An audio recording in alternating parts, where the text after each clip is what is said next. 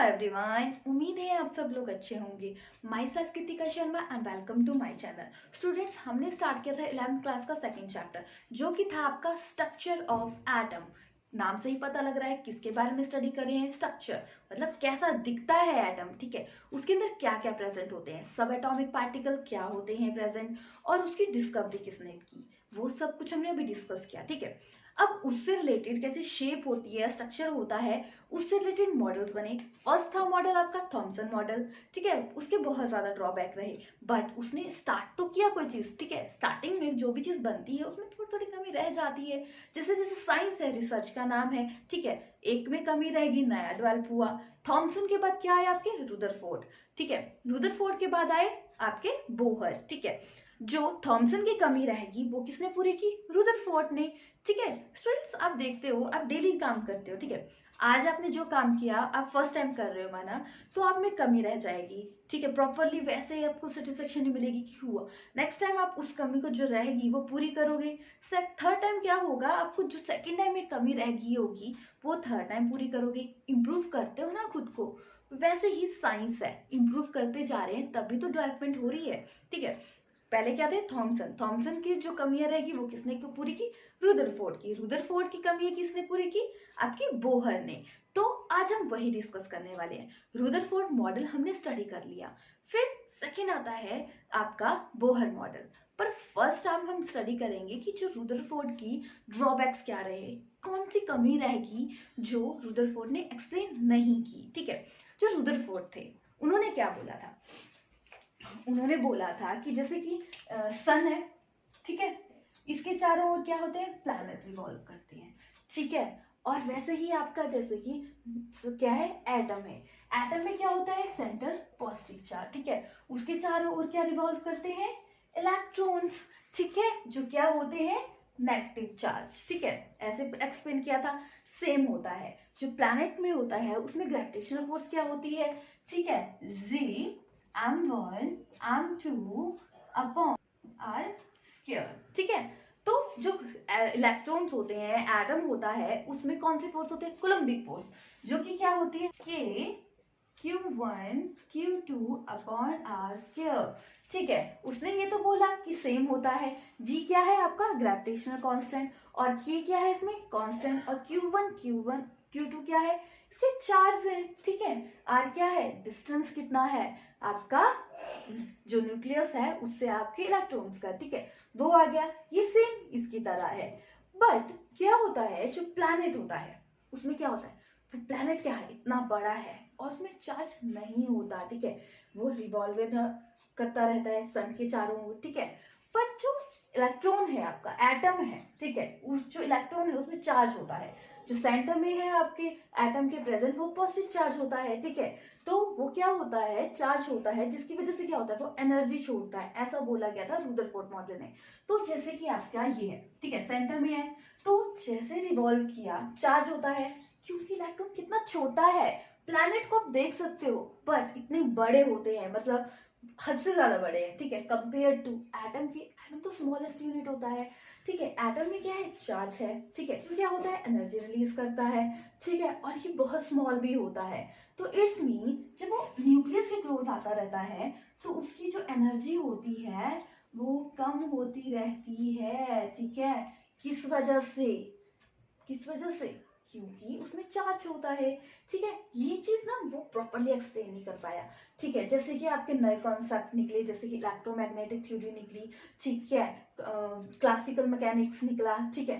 तो उन्होंने बोला कि जैसे कि चार्ज है, स्मॉलेस्ट यूनिट होता है, तो अंदर जाके ये किसके पास मिल गया, न्यूक्लियस के साथ। यानी इट्स मीन इसमें स्टेबिलिटी नहीं है, किसमें, एटम में। ये चीज एक्सप्लेन नहीं कर पाया क्योंकि एनर्जी लूज हुई, ठीक है। तो क्या हो गया, कम कम होती रही, कम कम होती रही, तो वो चीज एक्सप्लेन ही नहीं कर पाया, ठीक है। तो और वो क्या नहीं एक्सप्लेन करा, जैसे हाइड्रोजन है, ठीक है, हाइड्रोजन में लाइंस होती हैं, लाइन स्पेक्ट्रम पढ़ा है ना, ठीक है। तो वो जो लाइंस होती हैं उसको एक्सप्लेन नहीं कर पाया कि ये किस वजह से आई, ठीक है। पहले ये कंसेप्ट तो उसके लिए क्लियर था, क्योंकि उस टाइम तो ये चीजें बातें नहीं हुई थी। पर जो न्यू कंसेप्ट आया इलेक्ट्रोमैग्नेटिक रेडिएशन वगैरह, तो उसकी वजह से क्या हुआ, ये चीज एक्सप्लेन नहीं कर पाया कौन, रुदरफोर्ड आपका। ठीक है, तो और क्या कमी रहेगी, वो एक्सप्लेन नहीं कर पाया कि क्या जो एटम है वो स्टेबल होता है, एनर्जी लूज करता है, एनर्जी रिलीज करता है, ऐसा क्या होता है। ठीक है, ये चीजें ना आपका था रुदरफोर्ड एक्सप्लेन नहीं कर पाया। ठीक है, तो उसके बाद कौन सा मॉडल आया आपका Bohr model of the atom. इन्होंने क्या बोला था, जैसे कि रुदरफोर्ड के मॉडल में जो कमियां रही थी वो किसने कवर की, बोहर मॉडल ने।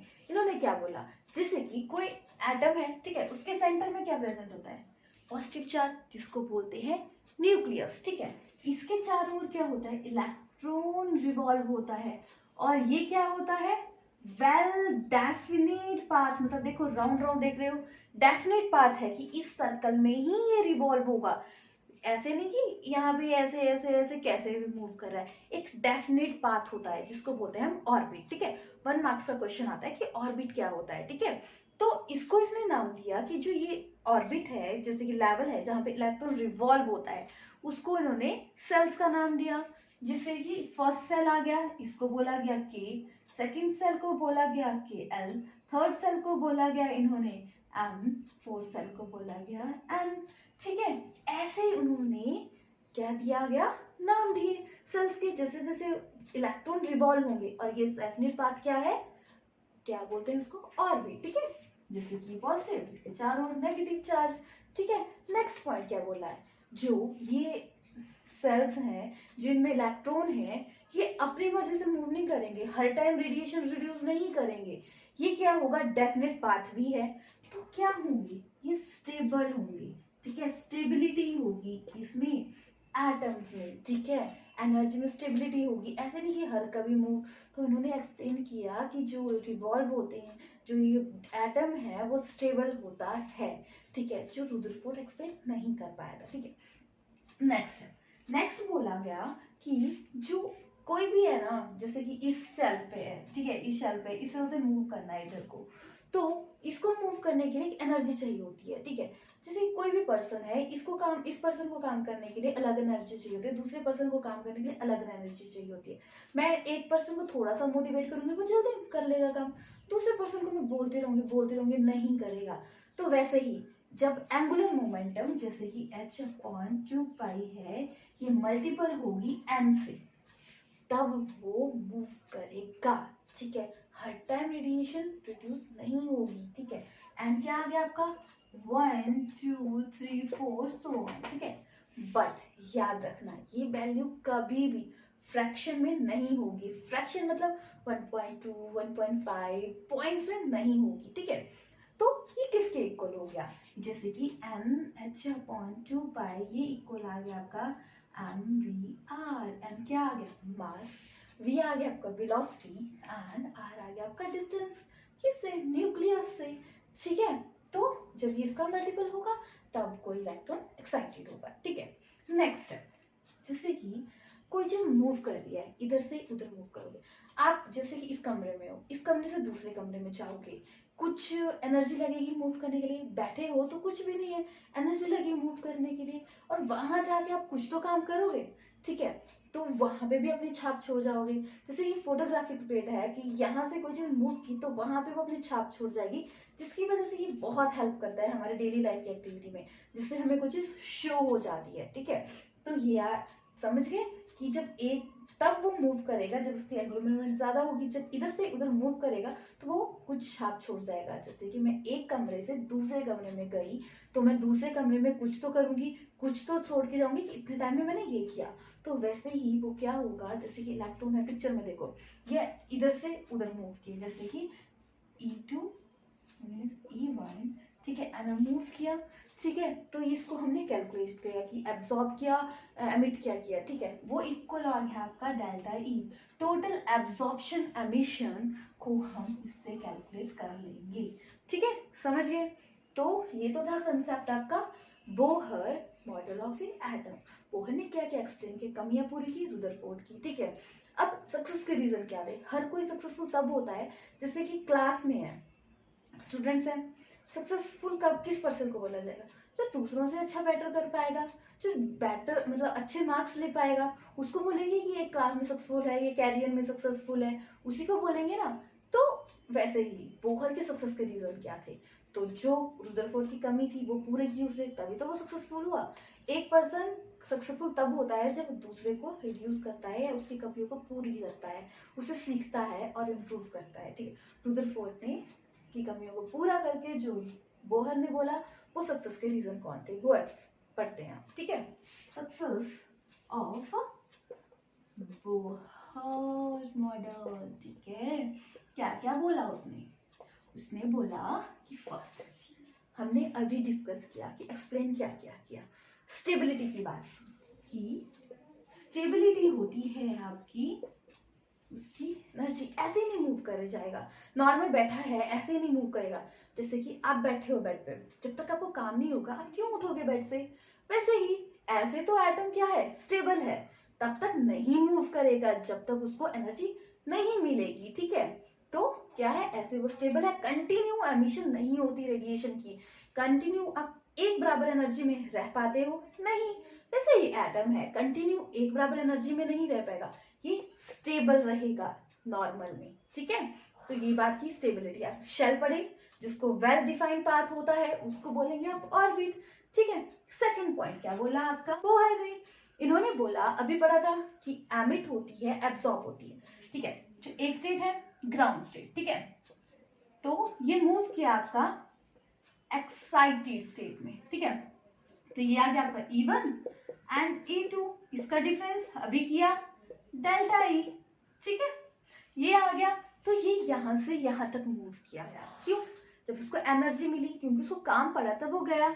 अब जैसे वो एक्साइटेड स्टेट में जाएगा, जैसे कि आप यहां से यहां तक मूव करोगे, ठीक है, कहीं जाओगे आप, वहां जाके आप बैठे थोड़े ना रहोगे, आप चलो गप्पे शप्पे मारोगे, चाहे कोई और भी काम करोगे। वैसे ही क्या है, यहाँ से यहाँ तक जाएगा तो वो वहां जाके अपनी पहचान छोड़ेगा। ठीक है, फोटोग्राफिक प्लेट होगी, वहां पे जाके वो एनर्जी मिली, वहां पे स्ट्राइक करेगा तो वो अपनी छाप छोड़ जाएगा। ठीक है, तो क्या रहेगी, एनर्जी एमिट एंड एब्सॉर्ब किया ना।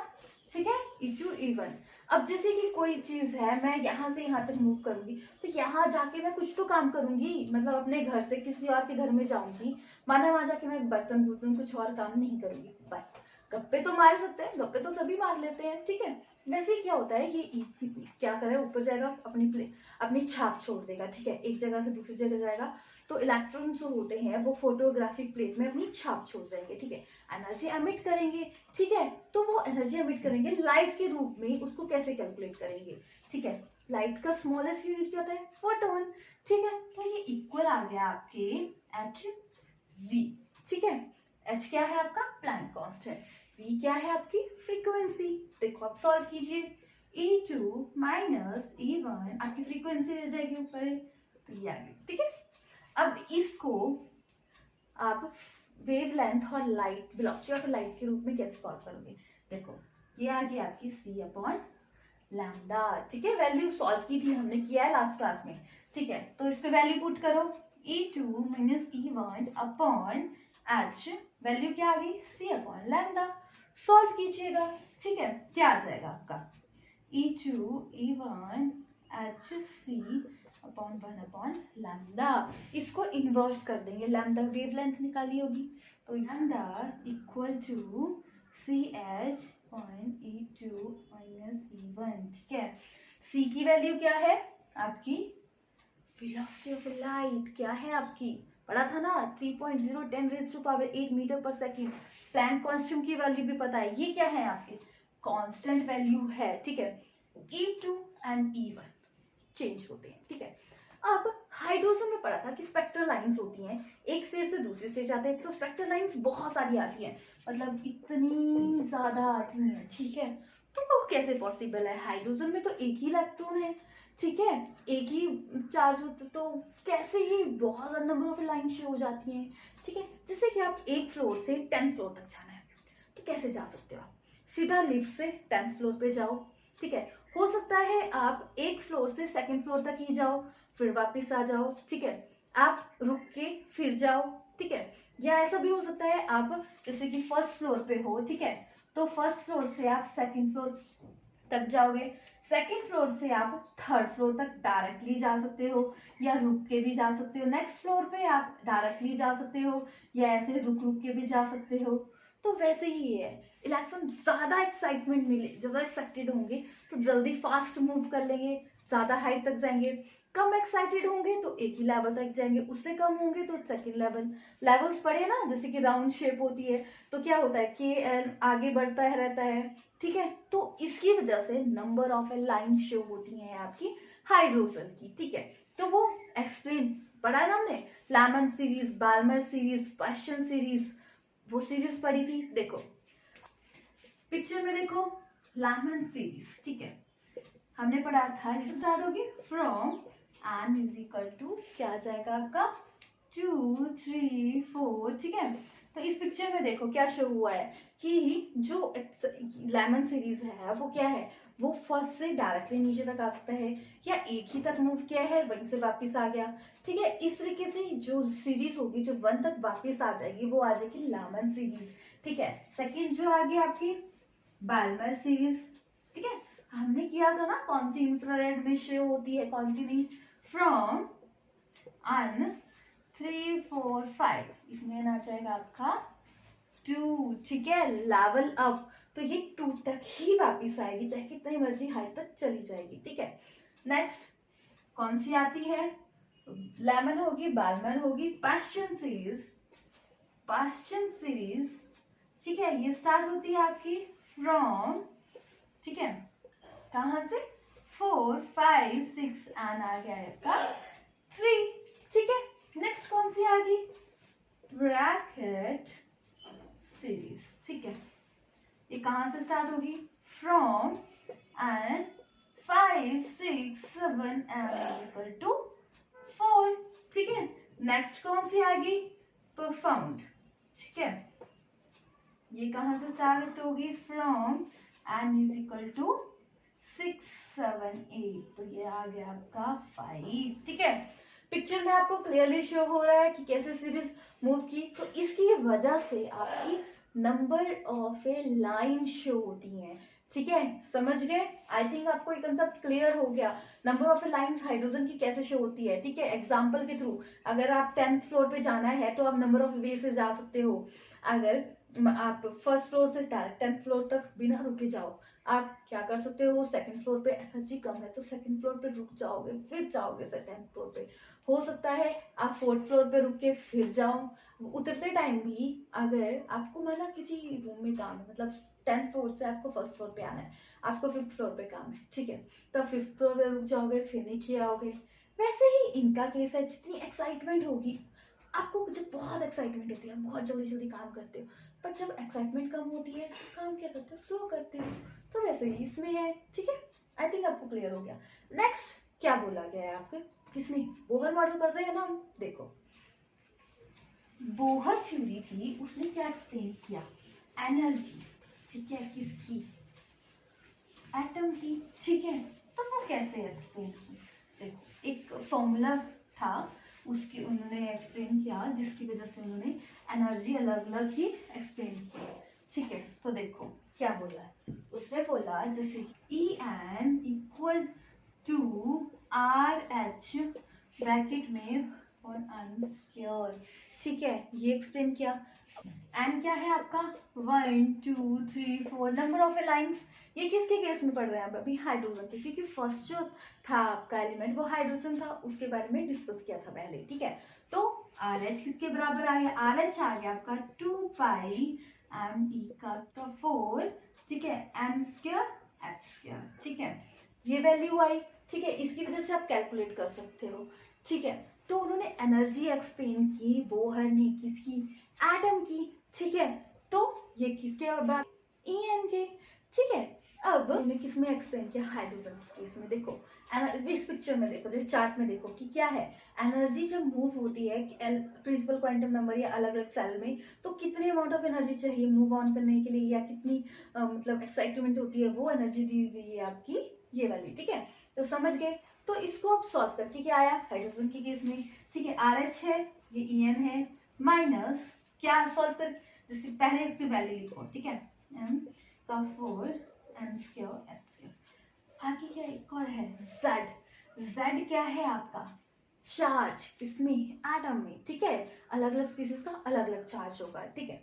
अब देखो कैसे सॉल्व करेंगे, क्या वैल्यू आएगी 2.18 इंटू 10⁻18। जो ये वैल्यू सॉल्व करके, जैसे कि एच स्क्वायर क्या है कांस्टेंट है, ठीक है, पाई की वैल्यू कांस्टेंट है, मास है, इलेक्ट्रॉन है और चार्ज आ गया, ठीक है। तो क्या आई वैल्यू उसकी ब्रैकेट में z z square upon m square, ठीक है। और की वैल्यू आ गई आपकी जूल में, ठीक है। नेक्स्ट जो आता है आपकी, जैसे कि इसको सॉल्व करके किलो जूल पर मोल में क्या वैल्यू आएगी देखते हैं, ठीक है। En आ गया आपका किसके बराबर, आपका आ गया ये 1311.88 z square m square upon kilo joule पर मोल, ठीक है। माइनस में है ये वैल्यू, याद रखना। z क्या है आपका चार्ज, m की वैल्यू वेरी करेगी किस शेल में है वो, ठीक है। समझ गए, ऐसे निकाल सकते हो। अब इसकी वैल्यू नेगेटिव में क्यों आई, नेगेटिव में इसलिए आई इसकी वैल्यू क्योंकि जो एनर्जी है वो क्या है उससे कम होगी, फ्री इलेक्ट्रॉन से एक्साइटेड स्टेट में कम होगी, ठीक है। इसकी वजह से इसकी वैल्यू कम आई, ठीक है। अब स्टूडेंट्स जैसे जैसे डेवलपमेंट होती है, ठीक है, क्या होता है कि कुछ ना कुछ हमने, जैसे कि मैंने अभी डिस्कस किया था कि पुरानी चीज़ में कमी निकलते हैं, डेवलपमेंट होती है तो हम उस चीज़ में अपनी पकड़ पूरी करते हैं और अच्छा से करते हैं नेक्स्ट टाइम, ठीक है। तो जैसे कि रुदरफोर्ड में कमी थी वो बोहर ने पूरी की, नए नए कंसेप्ट आए तो फिर बोहर की भी कुछ कमियां निकली। क्या निकली इसकी कमी, इसने ना फाइनर, ठीक है, फाइनर डिटेल एक्सप्लेन नहीं की। फाइनर मतलब बहुत स्मॉल स्केल पे क्या होता है कैसे होता है वो चीज एक्सप्लेन नहीं कर पाया, कौन आपका बोहर, ठीक है। सेकंड आता है आपका जो जैसे कि हाइड्रोजन स्पेक्ट्रल लाइन है, ठीक है, एक है, ठीक है, ये है माना, जैसे कि आप दूर से देखते हो, आप देखते हो कि ग्रुप बैठा है बट आपको ये नहीं पता कि कितने लोग हैं, कैसे हैं, क्या ये एक ही झुंड है, दो हैं, चार हैं, कैसे जुड़ के रहे हैं, नहीं पता, ठीक है। तो वो स्मॉल जब डिटेल में देखा जाए तो जैसे कि हाइड्रोजन है उसकी स्पेक्ट्रल लाइन बहुत स्मॉल होती है, तो ये चीज आपकी एक्सप्लेन नहीं कर पाया, फाइनल डिटेल, ठीक है, ये बात है, ठीक है। कौन ने एक्सप्लेन कर पाया, बोहर, ठीक है। और क्या नहीं एक्सप्लेन कर पाया, मैग्नेटिक इफेक्ट, ठीक है, मैग्नेटिक इफेक्ट को आपका बोहर एक्सप्लेन नहीं कर पाया। कैसे, देखो मैग्नेटिक इफेक्ट ज्यादा मैग्नेटिक फील्ड में रख दिया जाए तो कैसे मैग्नेटिक बिहेव करेगा, कैसे रेडिएशन छोड़ेगा, वो एक्सप्लेन नहीं कर पाया आपका बोहर। तो जैसे मैग्नेटिक इफेक्ट हुआ जिसको नाम दिया जीमैन इफेक्ट, ठीक है। अब पूछा जा सकता है जीमैन इफेक्ट किससे रिलेटेड है, तो आप बता देना मैग्नेटिक इफेक्ट, ठीक है। नेक्स्ट कौन सा, इलेक्ट्रिक इफेक्ट के बारे में भी आपको एक्सप्लेन नहीं कर पाया प्रॉपर बोहर, जिसको बोला गया स्टार्क इफेक्ट, ठीक है, ये चीज आपकी एक्सप्लेन नहीं कर पाया, कौन, बोहर, ठीक है। अब जो बोहर था वो शेप नहीं एक्सप्लेन कर पाया, किसकी, एटम की, ठीक है, डज नॉट एक्सप्लेन क्या, शेप, ठीक है। शेप तो जरूरी है, शेप से ही तो पता लगता है कैसा है कोई चीज, ठीक है। तो वो एक्सप्लेन नहीं कर पाया, शेप की वजह से ही आप आइडेंटिफाई कर सकते हो कि हाँ ऐसा है, इतना स्पेस घेरता है, ऐसे वो करेगा, चाहे उसमें स्पेस है या नहीं है, वो चीज आपकी बहुत एक्सप्लेन नहीं कर पाया। अब जैसे जैसे डेवलपमेंट हुई न्यू कंसेप्ट आए, न्यू कंसेप्ट कौन से आए आपके, जैसे कि आपका आया ड्यूल नेचर, ठीक है, dual nature and uncertainty principle, ठीक है। ये जो नए कंसेप्ट आए इसके बारे में तो वो मैंने सोचा नहीं था। अब इसके मुताबिक जो वो होता है वो वेव नेचर होता है, ठीक है, ऐसे ऐसे वेवली मूव करेगा। तो ये चीज आपका बोहर को उस टाइम तो ये चीज थी नहीं, ठीक है। जैसे कि पिछले जमाने में क्या होता था कि बसेस नहीं होती थी तो उनको कुछ और चीजें नहीं होती थी जो आजकल है, तो उनको उस हिसाब से हर चीज हैंडल करते थे, ठीक है। वॉचेस नहीं होती थी बट आजकल क्या है, वॉचेस हैं, फोन्स हैं, घड़ियां हैं, सब कुछ बहुत सारी चीजें हैं जिसके थ्रू आप हर चीज को इजीली हैंडल कर पाते हो। तो वो क्या है डेवलपमेंट का नाम, पहले तो वो चीज पता नहीं थी, तो अलग अलग लोगों ने अलग अलग कंसेप्ट दिए थे। वैसे ही साइंस के टर्म है, बोहर ने सब कुछ एक्सप्लेन किया तो मेन फेलियर क्या रहा, जो नया कंसेप्ट आया ड्यूल नेचर अनसर्टेनिटी प्रिंसिपल, उसके बारे में तो बोहर ने सोचा ही नहीं। ये मेन लिमिटेशन थी आपकी किसकी, बोहर मॉडल की। ठीक है, नेक्स्ट क्लास में हम इसी को डिस्कस करने वाले हैं कि ड्यूल नेचर क्या होता है और अनसर्टेनिटी प्रिंसिपल क्या होता है। ठीक है, एटम के बारे में। ठीक है, ये सब कुछ था डिटेल में आपकी बोहर एटॉमिक मॉडल, रुदरफोर्ड के drawback and limitation. Directly question आता है आपका, रुदरफोर्ड से भी क्वेश्चन आता है कि रुदरफोर्ड ने क्या बोला था और फिर उसके ड्रॉबैक्स क्या रहे। 1 नंबर का 2 नंबर का 2 पॉइंट्स ऐसे करके पूछ सकते हैं। ठीक है, तो हम मार्क्स के हिसाब से आप इसको अरेंज करके एक्सप्लेन करना। ठीक है, आई थिंक ये क्लियर हो गया। अगर आपको कोई डाउट है तो मुझे कमेंट बॉक्स में मैसेज कीजिएगा, मैं आपके क्वेश्चन का जरूर रिप्लाई करूंगी। And please like share and subscribe my channel. Subscribe करने से क्या होगा कि आपको मेरी वीडियो की नोटिफिकेशन मिल जाएगी जब भी मैं वीडियो अपलोड करूंगी। और बेल आइकन से क्या होगा कि साथ में ही आपको बेल आइकन मिलेगा, उससे क्या होगा आपको जो भी मेरे चैनल पे एक्टिविटीज होंगी वो आपको शो हो जाएंगी। इसलिए please like share and subscribe my channel. Thank you students.